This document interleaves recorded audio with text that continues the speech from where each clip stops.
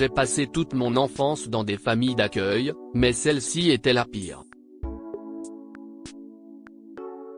Ce couple recrutait un groupe d'enfants et nous utilisait comme main-d'œuvre dans leur entreprise agricole, et lorsque l'enfant atteignait l'âge de 18 ans, ils le jetaient dehors, pour ne plus jamais le revoir. Et si est ce qui m'est arrivé. Je me suis appuyé sur ma houe et j'ai regardé le soleil se lever, sa chaleur touchant doucement mon visage. Des moments comme celui-ci me permettent presque d'oublier la réalité de ma vie d'enfant travailleur.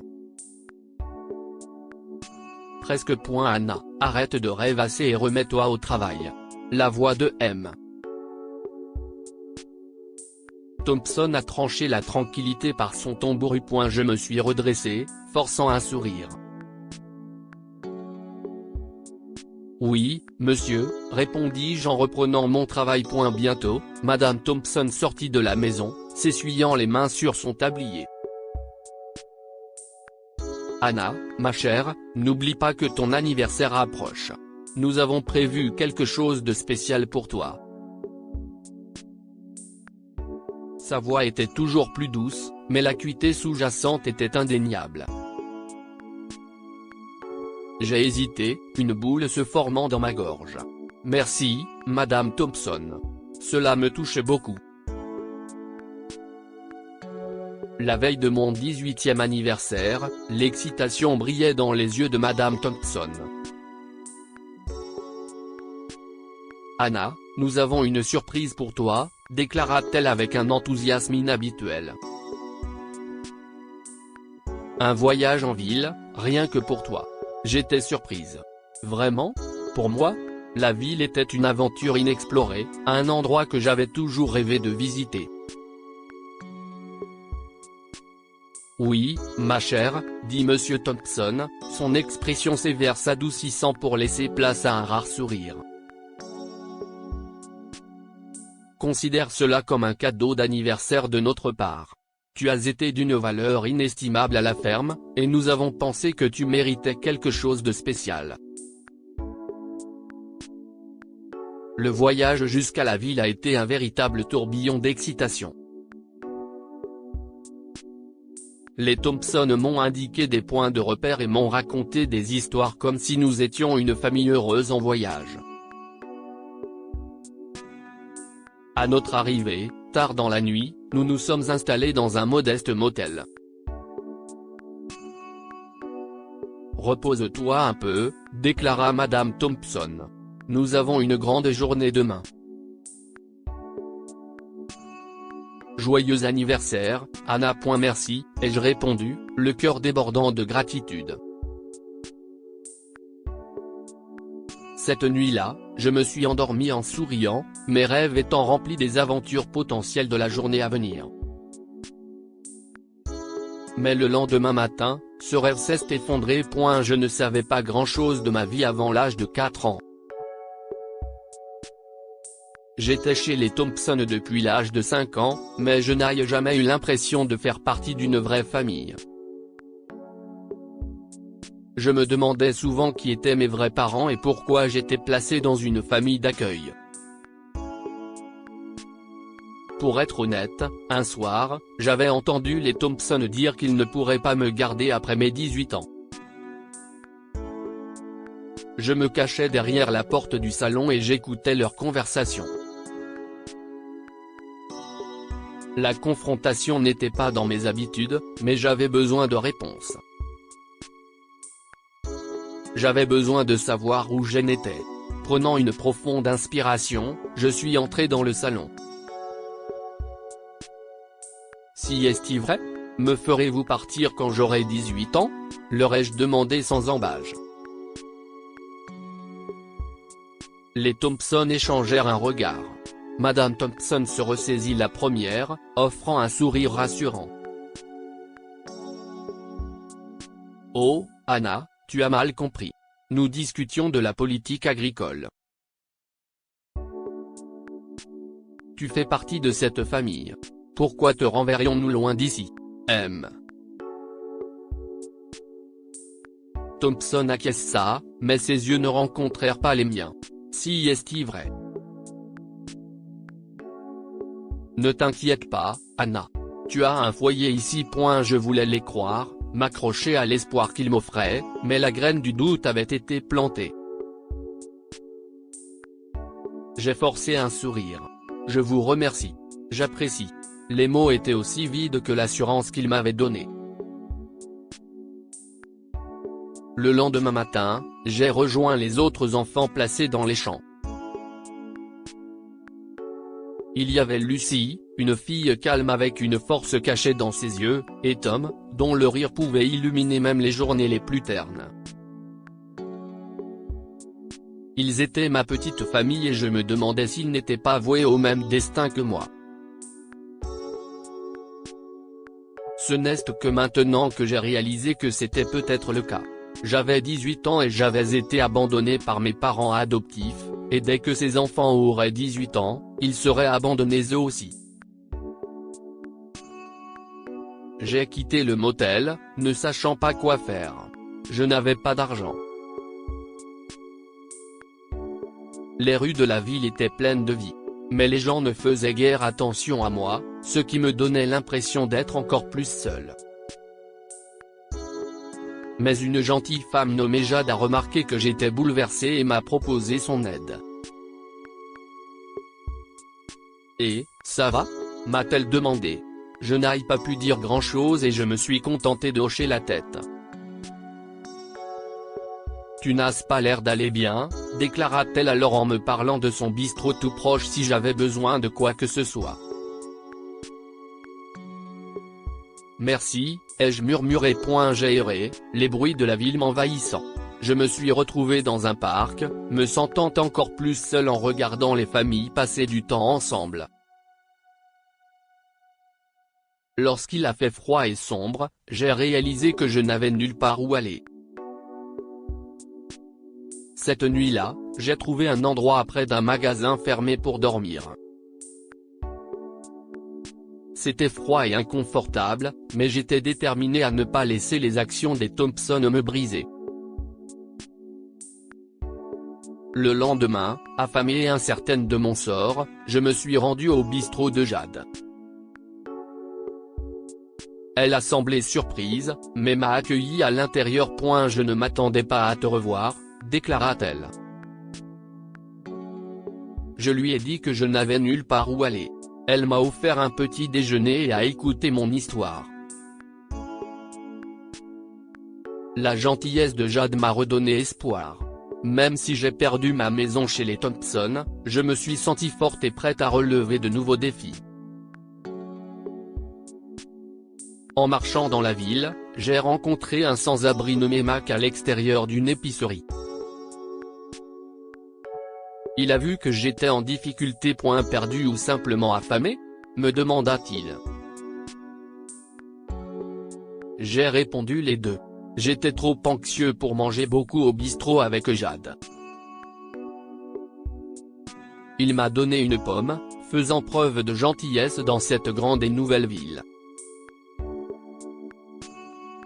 Accepter quelque chose d'un étranger n'était pas vraiment sûr, je le savais. Mais quelque chose dans mon cœur me disait que je pouvais faire confiance à Mac. Il n'était pas comme les Thompson. Il m'a emmené dans un centre communautaire où l'on m'a offert un repas frais. Mac et moi nous sommes assis à une table. Nous étions en train de manger et de bavarder lorsqu'une voix m'a soudain distrait. Un frisson m'a parcouru l'équine lorsque j'ai vu les Thompson au centre communautaire. Anna, dit Madame Thompson en se précipitant. Nous t'avons cherché partout. J'étais choqué. Comment m'avez-vous trouvé ? demandai-je, la voix tremblante. Nous avons parlé à Jade au bistrot, expliqua Madame Thompson. Ensuite, l'un des messieurs sans-abri que nous avons rencontrés non loin du café a déclaré qu'il t'avait vu avec Mac.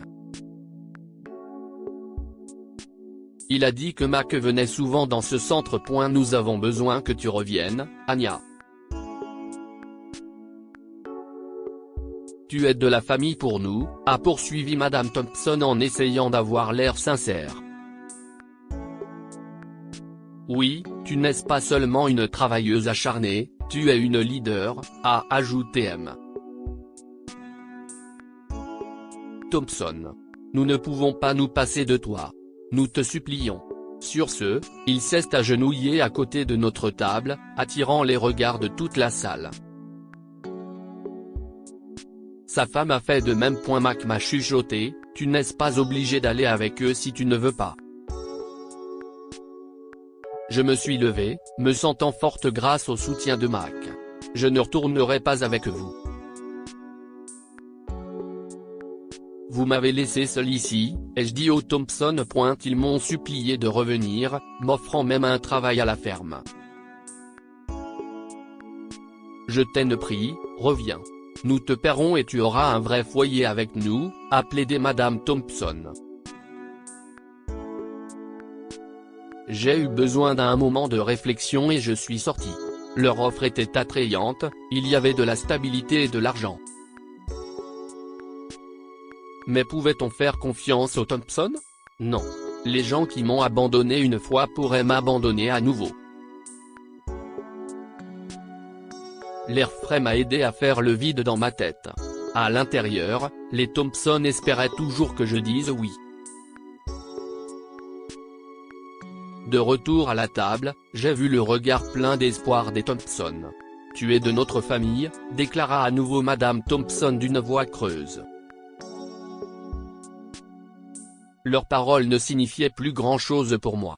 J'ai compris que la famille ne s'abandonne pas et ne se sert pas des autres.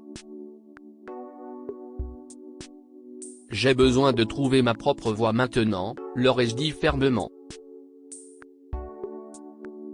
Je reste ici. Les Thompson ont encore essayé de me convaincre de leur amour, mais j'ai tenu bon. Ils finirent par partir, les épaules affaissées par la défaite. Mac me tapota doucement l'épaule. Il fallait avoir du cran, petite. Il n'y en a pas beaucoup qui peuvent tenir comme ça. J'ai souri. Merci, Mac. Je n'aurais pas pu le faire sans toi. Il a haussé les épaules avec modestie. Nous avons tous besoin d'un peu d'aide parfois. Tu trouveras ta voie, j'en suis sûr, a-t-il déclaré. En dormant au centre communautaire cette nuit-là, je me suis senti pleine d'espoir et j'ai pensé que je pouvais prendre un nouveau départ. J'ai également décidé de ne pas ignorer les actions des Thompson à l'égard d'autres enfants placés en famille d'accueil. Nous devons les arrêter, ai-je dit à Mac, qui dormait à côté de moi. Ce qu'ils font est mal. Nous irons voir la police, suggéra Mac. Si est ce qu'il faut faire. Et si est ce que nous avons fait. Le lendemain, nous sommes allés au poste de police et nous avons raconté à un officier tout ce qu'il y avait à dire sur les Thompson et sur la façon dont ils nous avaient traités, moi et les autres enfants. Je veux signaler un cas d'exploitation et d'abus, ai-je déclaré au policier. Il s'agit d'un couple qui utilise des enfants en famille d'accueil comme main-d'œuvre dans leur ferme. Le policier a écouté attentivement et a promis d'enquêter. Nous lui avons donné tous les détails possibles.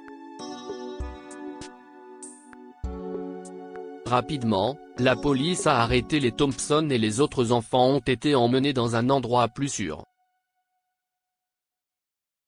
C'était une grande victoire pour nous. Tu as bien fait, Anna. Tu as changé la vie de ces enfants, m'a dit Mac, et je me suis senti fier. J'ai commencé à faire du bénévolat au centre communautaire et j'ai trouvé un nouveau but dans la vie.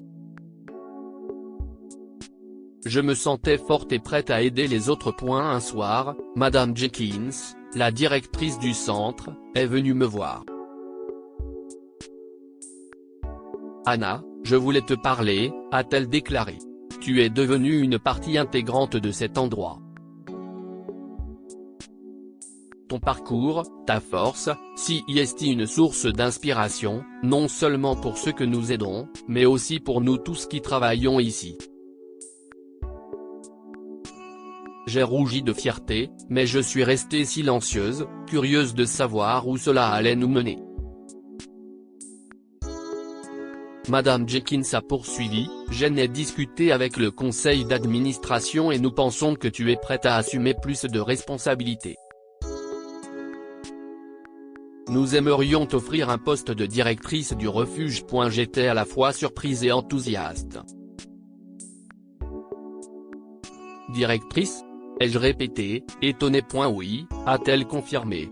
Tu es très douée pour les relations humaines et tu as fait preuve d'un réel esprit d'initiative.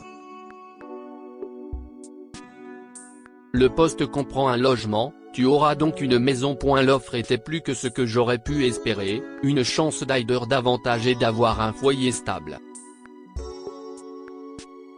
Madame Jenkins, cela représente beaucoup pour moi. Je suis très reconnaissante, ai-je déclaré, touchée par l'offre. Tu l'as bien mérité, Anna, m'a-t-elle rassurée. Tu es un membre important de notre famille et nous voulons te soutenir. CIST avec des larmes de bonheur que j'ai accepté l'offre d'emploi. Je vous remercie. Je ferai de mon mieux, ai-je promis. Ce soir-là, en fermant le centre, je me suis sentie incroyablement reconnaissante. Mon parcours, avec tous ses hauts et ses bas, m'avait conduit à un endroit où je pouvais faire la différence et prendre un nouveau départ. Dites-nous ce que vous pensez de cette histoire et partagez-la avec vos amis. Elle pourrait égayer leur journée et les inspirer.